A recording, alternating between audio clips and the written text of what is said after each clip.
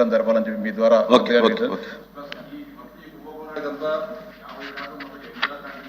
జరిగాయి అధ్యక్ష. అంటే పెద్దిరెడ్డి రామచంద్రారెడ్డి, ఎంపీ మిథున్ రెడ్డి సహాయ సహకారాలతో మొత్తం జరిగింది. ముఖ్యంగా ఎంప్రెడా కంపెనీ దయచేసి పేర్లు వద్దులండి జరపాలని చెప్పి విజ్ఞప్తి చేస్తాను మీ ద్వారా. మంత్రి పేర్లు ఎందుకు? గత ప్రభుత్వంలో గత మంత్రులు అన్నాడు, తప్పేం కాదు. పేర్లు ఎందుకు ప్రతిసారి? Okay. Question number 13427 deputy CM గారు. అధ్యక్ష, శ్రీ వంకా రవీంద్రనాథ్ గారు అడిగిన ప్రశ్నలు అధ్యక్ష. ఒకటి, దేశంలోనే ఎలక్ట్రానిక్ వ్యర్థాలను ఉత్పత్తి చేసే 3 అగ్ర రాష్ట్రాల్లో ఆంధ్రప్రదేశ్ ఒకటి అనేది వాస్తవమేనా? ఈ ప్రశ్నకి సమాధానం అధ్యక్ష లేదు. ఇది ఉమ్మడి తెలంగాణ రాష్ట్రాన్ని కలుపుకుంటే అది ఏదైనా 3వ స్థానంలో తెలంగాణ ఉంది, ఆంధ్రప్రదేశ్ లేదు అధ్యక్ష. 2, అయితే రాష్ట్రంలో ఎలక్ట్రానిక్ వ్యర్థాలను సక్రమంగా తరలించేందుకు ప్రభుత్వం తీసుకుంటున్న చర్యలు ఏమిటి?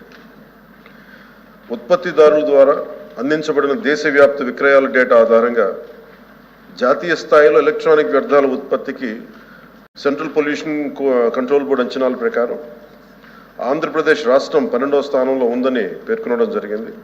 దానికి అనుబంధంగా నకలు కూడా జత చేయడమైంది. భారత ప్రభుత్వ పర్యావరణ, అటవీ, వాతావరణ మార్పుల మంత్రిత్వ శాఖ ఎలక్ట్రానిక్ వ్యర్థాల నిర్వహణ నిబంధనలను తెలియజేసింది.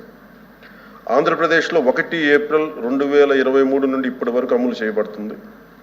ప్రస్తుతం ఎలక్ట్రానిక్ వ్యర్థాలను తరలించడం, రీసైకిల్ మరియు శుభ్రం చేయడానికి ఆంధ్రప్రదేశ్ రాష్ట్రంలో 6 ఎలక్ట్రానిక్ వ్యర్థాల రీసైక్లర్స్ వ్యర్థాల సేకరణ కోసం నమోదయ్యాయి. రాష్ట్రంలో ఉత్పత్తి అయ్యే మొత్తం ఎలక్ట్రానిక్ వ్యర్థాలను ఎలక్ట్రానిక్ వ్యర్థాల రీసైక్లర్స్ ద్వారా సేకరణ జరుగుతున్నది.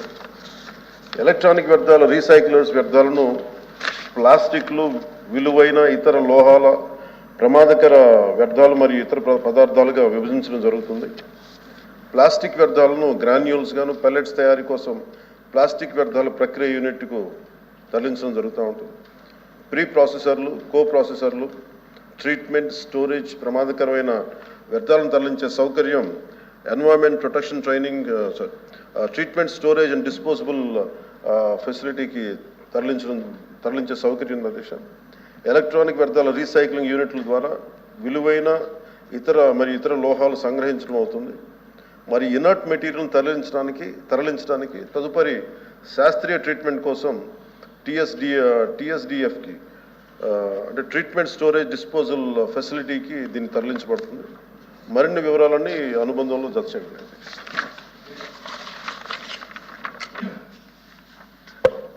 అధ్యక్ష, గౌరవ ఉప ముఖ్యమంత్రి గారు ఈ వేస్ట్కు సంబంధించి సమాధానం చాలా విస్తృతంగా ఇచ్చారు, బాగుంది.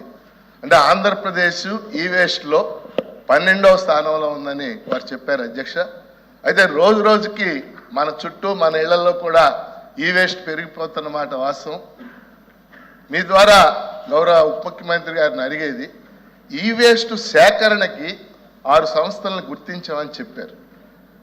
కానీ ఈ వేస్ట్ని రీసైక్లింగ్ చేయటానికి యూనిట్ ఏర్పాటు చేసే అవకాశం ఉందా? ఒకవేళ రాష్ట్రం మొత్తం కాకపోయినా రాష్ట్రంలో 1-2 ప్రాంతాలు, విశాఖపట్నం లేదా గుంటూరు, ఇలా 1-2 ప్రాంతాల్లో ఈ వేస్ట్ని రీసైక్లింగ్ చేసే యూనిట్స్ ప్రారంభించే ఆలోచన ఉందా అని మీ ద్వారా ఉప ముఖ్యమంత్రి గారిని అడుగుతారు.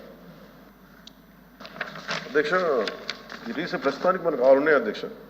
దాదాపు 4 రాయలసీమలను, 1 శ్రీకాకుళం, 1 విశాఖలో ఉన్నాయి, ఇంకొకటి తిరుపతి, అనంతపురంలో 2 ఉన్నాయి, కడపలో 1 ఉన్నాయి. ఇవి కాకుండా గౌరవ సభ్యులు అడిగినట్టుగా ఇది ప్రతి జిల్లాకు కూడా అవసరం ఉంది భవిష్యత్తుకి మన పెరుగుతున్న ఈ వేస్ట్కి సంబంధించి. ఖచ్చితంగా దీన్ని మరిన్ని యూనిట్లు వచ్చేలాగే చర్యలు తీసుకుంటాం. అలాగే ప్రైవేట్ పార్ట్నర్స్ తోటి private partners can establish units అధ్యక్ష. ప్రస్తుతానికి 6 మంది ఉన్నారు. ప్రైవేట్ పార్ట్నర్స్ తోటి మరి అన్ని జిల్లా కేంద్రాల్లో ఉండేలాగా దీన్ని ముందుకు తీసుకెళ్తాం. మెయిన్ టౌన్స్ అండి, మెయిన్ టౌన్స్లో బాగా పెరిగిపోతుంది. ప్రతి టౌన్స్లో అవును, urban area. Question number 13423 minister for civil supplies. అధ్యక్ష, గౌరవ సభ్యులు అడిగిన ప్రశ్నకి 2023-24లో ప్రభుత్వం సేకరించిన వరి ధాన్యం వివరాలను దిగువగా వివరించడం అయింది. ఖరీఫ్ సీజన్లో సుమారు 4,97,910 రైతుల దగ్గర నుంచి 29,97,073 మెట్రిక్ టన్నులు ధాన్యం సేకరించాం అధ్యక్ష. దానికి మొత్తం చెల్లించింది 6,549 కోట్ల 15 లక్షలు. రబీ మాసంలో రైతుల సంఖ్య 1,32,853, సేకరించిన ధాన్యం 12,64,800 టన్నులు మెట్రిక్ టన్నుల అధ్యక్ష. దానికి 2,763,070.76 కోట్లలో అధ్యక్ష. రెండో ప్రశ్నకు సమాధానం దురదృష్టం ఏంటంటే అధ్యక్ష, గత 5 సంవత్సరాల్లో జగన్మోహన్ రెడ్డి గారి పరిపాలనలో ఖజానా మొత్తం ఖాళీ చేసి వెళ్ళిపోయారు అధ్యక్ష. కష్టపడి పండించిన రైతుకి కన్నీరే మిగిల్చారు అధ్యక్ష. అందులో భాగంగా చెల్లించాల్సిన మొత్తం మా ప్రభుత్వం వచ్చిన తర్వాత గౌరవ ముఖ్యమంత్రి గారు చొరవ చూపించి ఉప ముఖ్యమంత్రి గారు కూడా దీనికి ప్రయారిటీ ఇమ్మని రిక్వెస్ట్ చేసినప్పుడు కష్టమైన ఆర్థిక పరిస్థితుల్లో కూడా గత ప్రభుత్వం మిగిల్చిన బకాయిల్ని రైతులకి ఆదుకోవడానికి కోసం మేము కొన్ని చర్యలు తీసుకున్నాం అధ్యక్ష. మొత్తం 12,64,800 మెట్రిక్ టన్నులు రబీ మాసంలో మేము సేకరిస్తే 2,763 కోట్ల రూపాయల్లోనూ ఇప్పుడు వరకు మా ప్రభుత్వం వచ్చిన తర్వాత 1,000 కోట్ల మొదటి విడతగా మేము అందించాం అధ్యక్ష. ఇంకా సుమారు 674 కోట్ల రూపాయలు ఇంకా బకాయిలు ఉన్నాయి అధ్యక్ష. రాబోయే 10-15 రోజుల్లోపే ఈ అప్పు ఏదైతే గత ప్రభుత్వం చేసి వెళ్ళిందో దాన్ని మేము ఎట్టి పరిస్థితుల్లో కూడా రైతును ఆదుకోవడానికి కోసం చర్యలు తీసుకుంటాం అధ్యక్ష. ఇందులో దురదృష్టమైన అంశం ఏంటంటే సివిల్ సప్లైస్ కార్పొరేషన్ పేరు మీద 39,550 కోట్ల రూపాయల రుణాలు చేసి చివరికి 1,674 కోట్ల రూపాయలు బకాయిలు, రైతుకి ఇవ్వాల్సిన బకాయిలు కూడా గత ప్రభుత్వం అందించకుండా వెళ్ళిపోయింది అధ్యక్ష. ఇది చాలా బాధాకరమైన విషయం. కానీ మేము ప్రాధాన్యత ఇచ్చి ఖచ్చితంగా రైతును ఆదుకునే విధంగా ఈ 1,000 కోట్ల రూపాయలు గౌరవ ముఖ్యమంత్రి గారు ఇచ్చిన సహాయంతో అందించగలిగాం.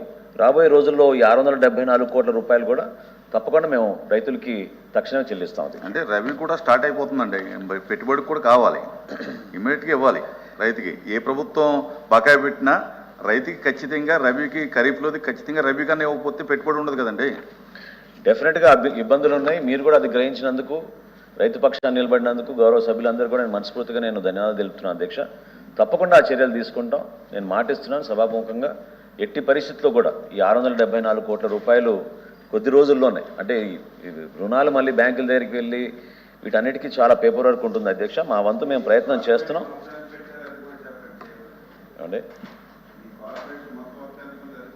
ఇప్పుడే చెప్పా 39,550 కోట్ల రూపాయల్లో ఈ ప్రభుత్వం వచ్చిన తర్వాత 2,000 కోట్లు దాంట్లో చెల్లించాం అధ్యక్ష. సో ప్రస్తుతం ఉన్న అప్పు మా సివిల్ సప్లైస్ కార్పొరేషన్కి 37,550 కోట్లు. అది కాక ఇంకో 1,000 కోట్లు మేము మా రైతులకి తక్షణ ఆర్థిక సహాయంగా 1,000 కోట్లు శాంక్షన్ చేసి ఇవ్వడం జరిగింది. ఈ 674 కోట్ల రూపాయలు కూడా తప్పకుండా రాబోయే రోజుల్లో ఎట్టి పరిస్థితుల్లో మీరు కూడా సూచించినట్టు ఒక ప్రయారిటీ తీసుకుని రైతులు ఇబ్బంది పడకుండా చూసుకునే బాధ్యత మాది అధ్యక్ష. తప్పకుండా రైతు పక్షపాత ప్రభుత్వం మాది.